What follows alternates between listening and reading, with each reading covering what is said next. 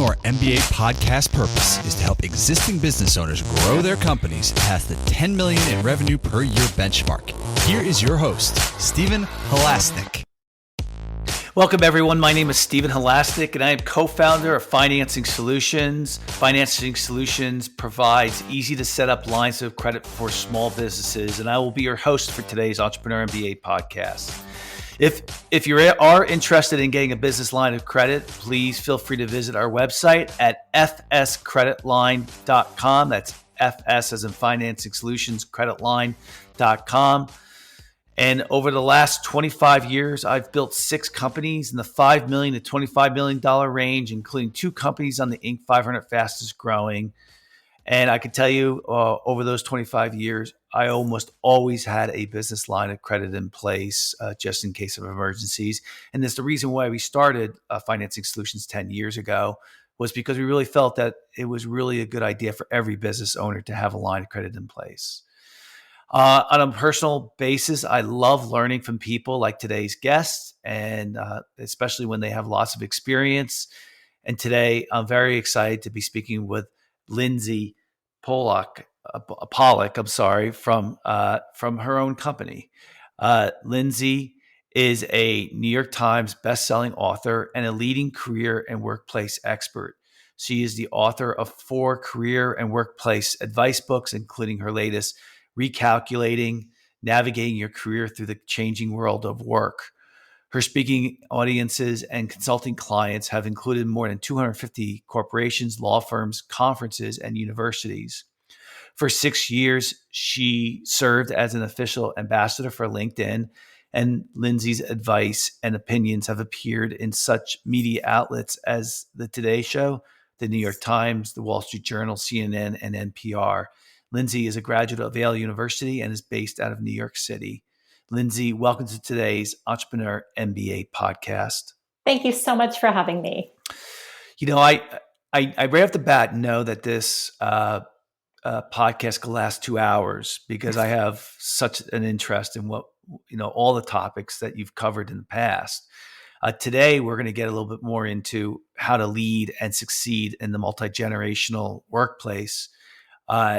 But I think, I don't know why, I just actually find it fascinating how to deal with people. And you've really done that your whole career, haven't you? You know, it's funny. I'm like you. I love to talk to people and ask them questions about their careers and their work lives. And really, my interest in this whole topic started from my own struggles to figure out how to build my career in my 20s. And I follow my own curiosity and try to learn from people who are really good at these things. But I think you're right. There's a certain level of know-how that goes into business with the work itself, but so much of life and business is about people and relationships. And so it always keeps coming back to that topic. Yeah, I think we all know that as much as we want to try to get away from people in business, having employees, right, that they are really what makes a company work. Right. Yeah. And, I have a very small company. I am a sole proprietor, but I have a team of vendors. I have a virtual assistant. I have a, bookkeeper who's been with me for a decade. So even when you are on your own, nothing happens without the help and work of other people. And I also think one of the dangers of being an entrepreneur sometimes is loneliness or disconnection. So I think having a community, particularly during the pandemic, has been really important to my success and the success of many people I've spoken to. Yeah, I agree. When my business partner and I started Financing Solutions, our number one criteria was as little employees as possible. So yeah, it was an area that I should say before we started it, when we were looking at businesses, one of the criteria was as little employees as we could. Not because we don't like people. Honestly, it's just the opposite. But so let's get into the topic, how to lead and succeed in a multi-generational workplace. So first, when we how would we define multi-generational workplace?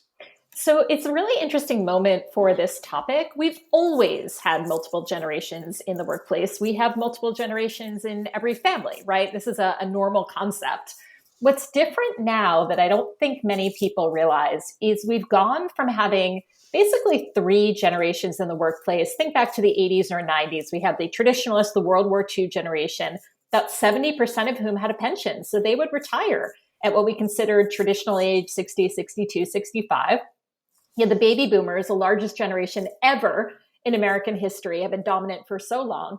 My generation, Generation X, we came up kind of as the newbies in that world starting in the late 80s, early 90s. And it was sort of people at the beginning, middle, and end of their careers. It was kind of very clean. What's happened over the past 20, 25 years or so is not that young people haven't continued to come in. Millennials started to come in droves. Now we have Generation Z.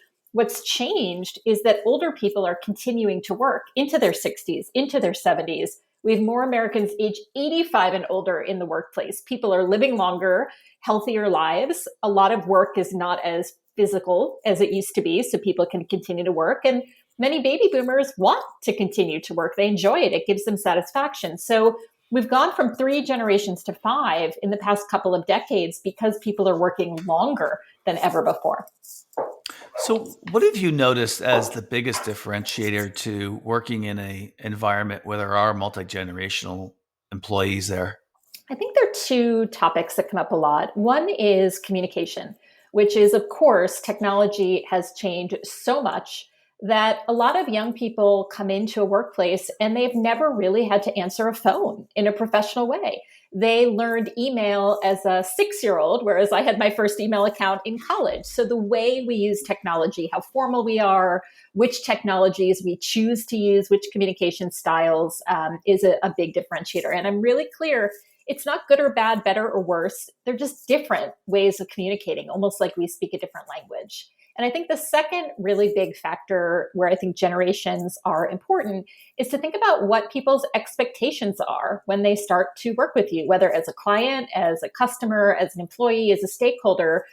For example, someone who started their career during COVID is going to expect a certain level of flexibility because that's how they started. That was normalized for them.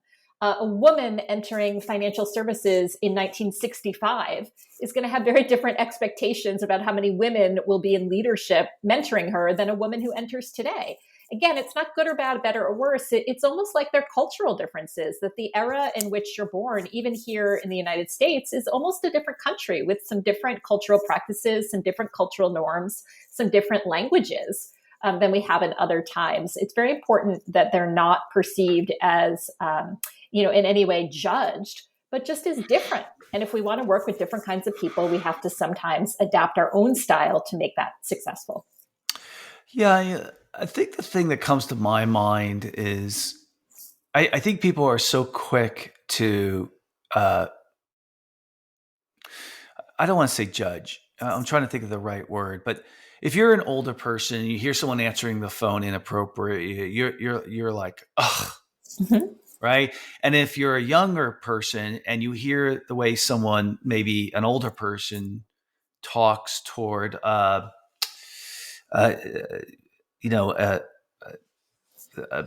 lesbian, gay people, you could like, so inappropriate. Right. And I think we need to take a step back on both sides and just listen and not pass judgment. And, I would see we're training to make each other aware of that would go a long way. That's probably why your books are so valued, right? Is that a fair? Yeah, that's the work that I do. I come in and work with organizations at all levels. And I actually think it's really important to have multiple generations in the room together to have these conversations. And a quotation that I like to share, which I think gets down to what you're talking about, is an old Voltaire line: common sense is not so common. The reason we get so offended is because I think it's common sense to accept people for their LGBTQ identity. That has been normalized for me. Young people, there's very little stigma, for example, against talking about mental illness, right? These are somewhat normalized concepts. And so if you come of age in this era, you talk about it all the time. My 10-year-old asks people what their pronouns are. For someone in their 70s or 80s, they might need a little bit of information or education about why that is common practice today. what's common back in 1965 is not common now. And it doesn't mean that a young person cannot be taught how to answer a phone in a professional way. Of course they can. And it doesn't mean that a 99-year-old can't be taught how to use TikTok. Of course they can.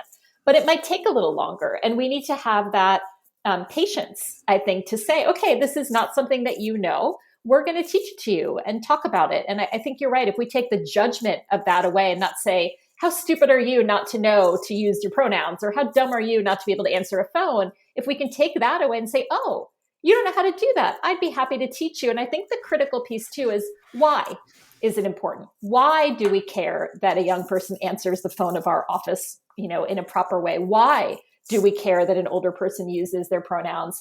And if we explain the reasoning behind it, often people are much more willing to learn something different than they would be if we say, you're stupid for not knowing that. Yeah, it's funny you said something that exactly I was going to say. I have an example that it wasn't work related, but so I have a good friend, and she used to be a school teacher, and she's young. She's 44, and young compared to me, so 44. and so she said to me, she couldn't believe that the school system, she hasn't been teaching in a while, that school system isn't going to celebrate do the things that they do for the kids for Mother's Day. Usually when they have a project, right? And so my first reaction to her was, well, why? Why is the school not doing that? I mean, these are people who really, the teachers really care about kids and families, and they have families themselves. There must be a good reason, and we don't know it, right? And I wasn't passing a judgment to, I think it's a good or bad thing. And then I talked to my my niece, who's a school teacher, and she said, because there are so many kids in the classroom whose family dynamics are not great, and you're forcing them into doing something. Some of them don't have mothers. Some of them have mothers that are abusive, surprisingly, right? And so now when I heard that, I was like, oh, yeah, that kind of makes sense. So it was because I asked why. I love that. One of the key teachings that I offer in my book, The Remix, and in my trainings is, what if you assumed the best intentions? What if you assumed when someone makes a choice that you question, that they did it for the right reasons? So I'll give you an example. During the pandemic, I worked with a baby boomer manager who had very young employees, mostly Generation Z. And when the pandemic started, she picked up the phone and called the people who reported to her to check on them and see how they were doing. And a lot of them didn't answer, and she would either leave a voicemail or, send an email, hey, I called you, to check on you. And most of them emailed her in response. And she was sort of offended and said, well, I called them. I chose to pick up the phone and call them. I wanted to hear their voices. I wanted to know I cared. Why would they email me back? And she sort of immediately took offense and judged them for not doing it. And so I suggested that she ask them, I'm just curious why you answered my phone call with an email. And what every single one of them said was, I know how busy you are. I know how stressful the pandemic is. I know you have kids and you're always busy. I didn't want to bother you by calling you back. That's a very thoughtful reason that they chose not to. So I think two things. One is, don't immediately assume the worst, right? Like I always say, when people dress inappropriately for work, I really don't think anyone looks in the mirror in the morning and says, how can I look as inappropriate as possible? I think they're trying to do the right thing. They just maybe missed the mark according to your judgment. So number one, assume the best intention. And number two, if there is a particular communication style you want, or a particular type of dress or level of formality, tell people that. Don't assume these sort of unwritten rules. Well, if I call you, you call me back. That's not necessarily common sense. So you can say, hey, Stephen, I really wanted to hear your voice. I'd love it if you could give me a call back, and be explicit in your expectations so people don't let you down without knowing it. Yeah. The other thing is, statistically, it's something I learned the other day. Now, this isn't mother related, but 1 out of every 11 children before they're 18 will lose a mother, a father, or a brother or sister. So the statistics, are there, and so yeah. So I think it goes back to the thing about mothers, Mother Day. So anyway, I got off the topic a little bit. So Yeah. when you're speaking to business leaders and the business owners, okay, and what do you hear most when it comes to issues that they have that they're concerned with in multi-generational workforces? So, two sides of the issue. One is with younger employees. I think there's a real frustration that younger employees tend to not stay as long as some of the entrepreneurs want them to. Or they'll say, I love it here. My job is great. You treat me really well. You pay me well. I'm going to go and try something different, that you can even do everything right. And there is a sense now that movement is positive, that exploration is exciting, that loyalty is not necessarily the most important factor of career success. There's very little stigma for changing jobs. I actually hear a lot of young people, particularly Gen Zs, who are about 26 years old and younger, say, I don't want to stay somewhere too long. I don't want people to think I wasn't coachable, that I wasn't good enough to leave. So I think whereas we might, as a Gen Xer, I might have said, wow, 20 years at the same company, that's so impressive. A young person might say, what was wrong with you that, you didn't have any other opportunities in 20 years? So I think longevity of career is one issue. On the other side, I see a lot of concerns about ageism, that there are people in their 50s, 60s, 70s who are vital and smart and have a lot to contribute. And their organization will say, well, we figured you were kind of coasting at that point, or we didn't think you wanted training, or we didn't think you wanted a promotion. I figured you're close to retirement. And you have people who might want to work another 20 years and have so much to offer who are not really being considered for those opportunities. So I think there's ageism and stereotyping on both sides of the equation. So don't make an assumption that a young person, doesn't want to grow or expand or be considered for leadership. And don't make the same assumption about older people either. Yeah. And so what do you think what's been the reaction when employees have gone through, I assume you do a training. So what has been the reaction after they've gone through the training? So there are a couple of things. I tried to be conceptual, but also give people a toolkit. So conceptually, I think a lot of people say, I never thought about it. I am remembering, and I think you see this with diversity training as well. You mentioned sexual orientation, to say, I never thought about it. So it sort of opened people's eyes. Maybe I have been discriminating against older employees because I've made assumptions about them, and so I think there's that self-awareness piece, which is always valuable. On the toolkit side, I think it's really important to give people strategies to kind of get out of their head and get into their to-do list. And one of which is always ask people how they want to communicate, right? So if you and I are going to work on a project, I'll say, what's the best time of day to reach you? Or do you prefer email or phone calls? Do you like camera on or camera off? Are there any times of day that you have, family obligations or exercise or something you like to do? Never assuming that other people work in the same style you do.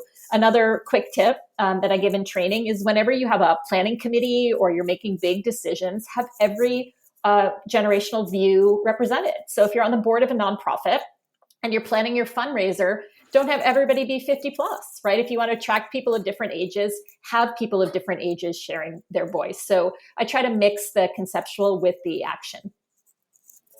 What has been the reaction of people so they go through the training? Is there typically a follow-up training a couple months later or no? Depends on the organization. One of the things that a lot of companies I work with do is they will somehow or somewhat separate the junior employees from the senior. And what we tend to do in that situation is one group gets the training first and there's a little bit of buzz in the air, right? So maybe millennials get training and are talking to their bosses, and the bosses come in a couple weeks later and say, oh, I wanted to hear what this is all about. So I really enjoy that sometimes.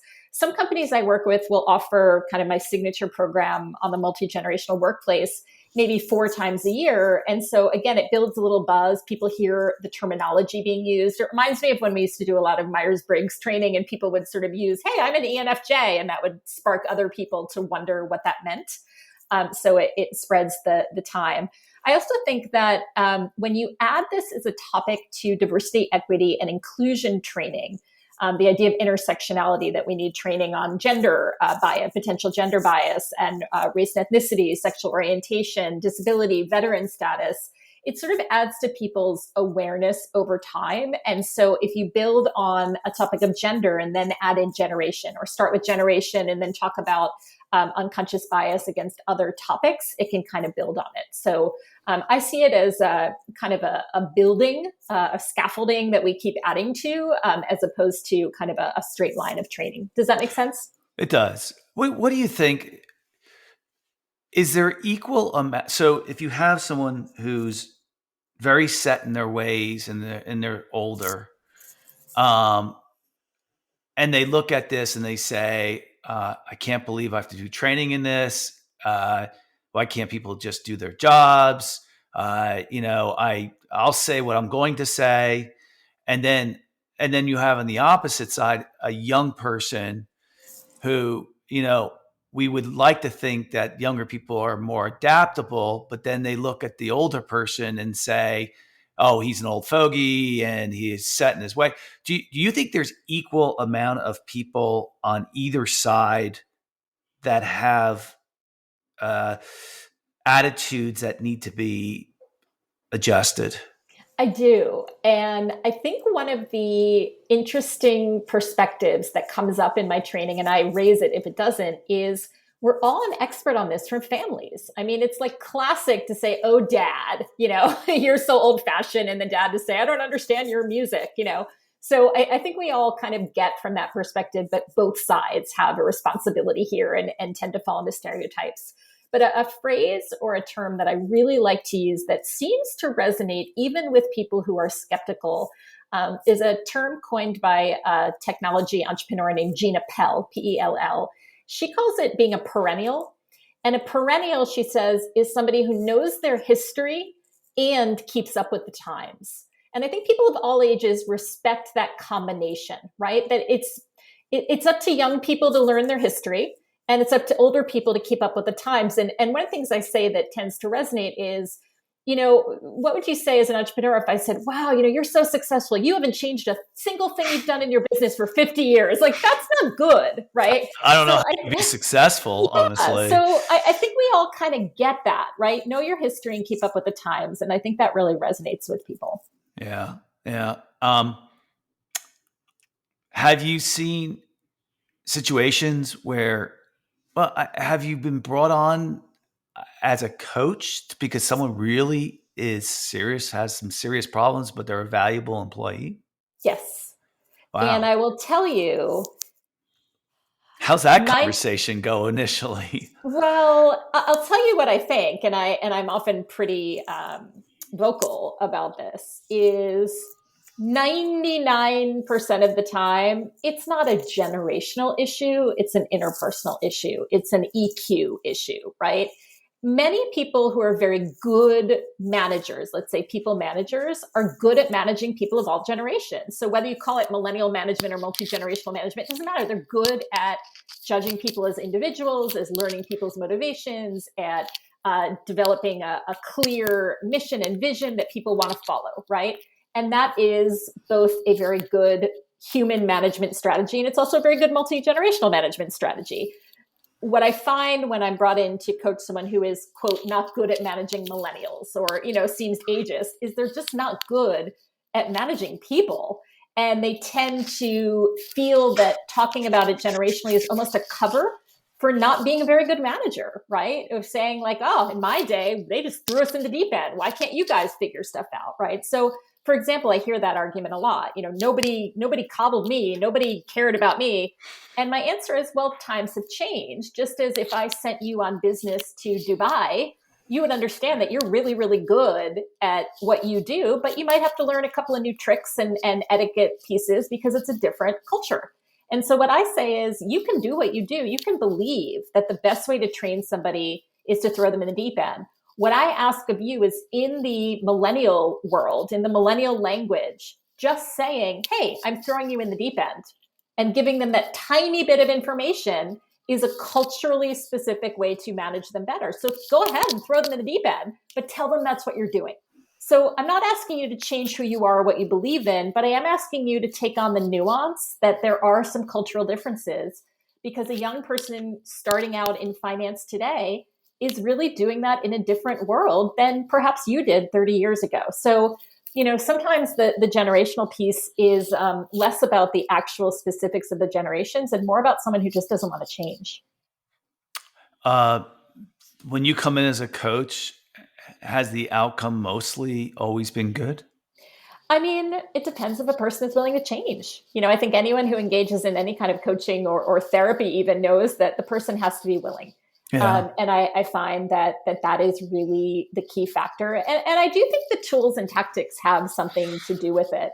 One of the things that I like to tell people that I coach is tell people you're being coached, right? Tell the people on your team that you're doing this, that you're taking on this challenge. And sometimes that vulnerability is a really important first step to them being willing to make change. But certainly the person has to do it. No coach can work magic unless their client is willing.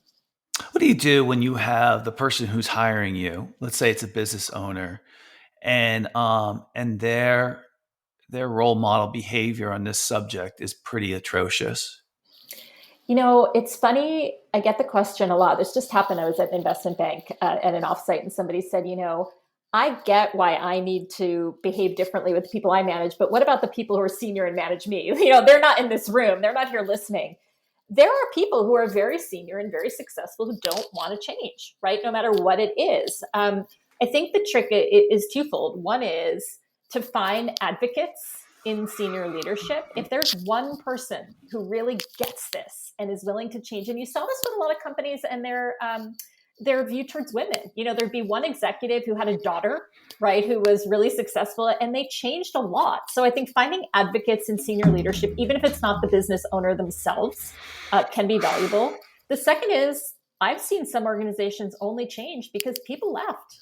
People said, I'm not willing to work here if that is going to be the attitude of leadership, and that has consequences. So I think, change or die is sort of dramatic, but I think we've seen that with a lot of organizations. If you have a huge exodus of women or a huge exodus of young people, I think you're going to see it with some companies that are not being flexible at all. I'm not saying you have to let everybody work remotely forever, but if you're not allowing any flexibility, I think you're going to lose a lot of good talent. And that's making people stand up and take notice. So again, you can't always make people change, but if you're willing and believe in it enough to leave if it doesn't happen, I think sometimes that's unfortunately the only way that people wake up. So let's say you're a small business owner. I can't afford Lindsey to have you come on board to teach my staff. What would you recommend? So one of the things I recommend is to have the young people on your team talk to you, have them sit in on some meetings, have a round robin of training where someone from each generation teaches the team on a topic that they're interested in. Have the youngest person on your team teach you how to use TikTok. Have the oldest person on your team talk about the history of your industry, right? I think internal training can be really powerful. Another really simple tip is I love the idea of reverse mentoring, which is, let's say you're 20 years older than I am and you've been mentoring me. Turn it around one day and have me mentor you, right? Fabrizio Freda, who's the CEO of Estee Lauder, all of his top executives have junior employees who are their reverse mentors. And once a quarter, the reverse mentors, the junior people, take the senior executives shopping for makeup, because they want to know how young people are shopping for makeup. It might be different than they did. And what could be more important if you're an executive at Estee Lauder companies than doing that? So one manager I know every week says to the young people on his team, show me a new app that you're using, right? Show me something that you're doing. So I think multi-generational committees, internal training on any topic really, and this idea of reverse mentoring are really powerful ways to tap into the wisdom of the people you already know, as opposed to bringing in an external person. Well, it's all really great advice. Well, listen, that's really kind of all the time we have today. I'd like to very much thank Lindsey from coming on to today's podcast. And if you like today's podcast, please feel free to share it with a friend. And also subscribe on your favorite podcasting app. And please also, if you like today's podcast or any of the other ones that we've had, please give us a review. It really helps us get the word out. The Entrepreneur MBA podcast has become extremely popular. And I'm very proud of that. It's because great guests like we have, like Lindsey. And also, if you're looking for a line of credit, you can call us at 862-207-4118 or visit our website at fscreditline.com. That's FS as in Financing Solutions, creditline.com. Lindsey, if anyone wants to get in touch with you, how would they go about doing that? Well, thank you so much for having me. I really enjoyed the conversation. I'm very active on LinkedIn and very happy to connect with any listeners. I also have information on my website at lindseypollak.com, LindseyPollak. Very good. And so I think, the thing that I kind of summarized today, I'm 57 years old. I started my career at Xerox for the first 8.5 years of my career. And I was lucky enough when I worked for Xerox to get in some incredible training. Xerox was the Google of its day, and it was really ahead of its time when it came to the training that it provided its employees. And employees really like it. They like it when a company is investing. And I think this topic of multi-generational workplace, if leaders address it and talk about it, I think it could only make your company and your workforce happier. So, it's the thought for today and something for everyone to kind of consider. I think anytime you have a learning company, you are going to benefit from that in the long run. So everybody have a fantastic day. Keep learning, keep getting better, keep making your staff better as well. Have a great day.